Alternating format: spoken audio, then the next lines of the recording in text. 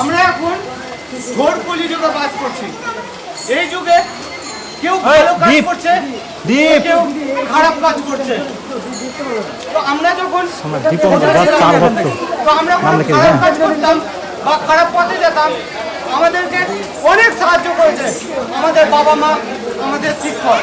কিন্তু এই যুগে যখন আমরা এখন খারাপ কাজ করছি, তো লোক আমাদের অনেক সাপোর্ট করছে, সাহায্য করছে, কিন্তু ভালো কাজে করছে না।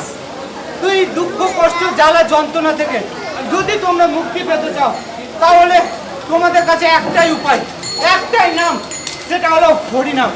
আমরা অনেক আশা করে তোমাদের কাছে এসেছি যে তোমরা আমাদের সাথে একবার হলো, মাত্র একবার হলো হরিনাম বলবা।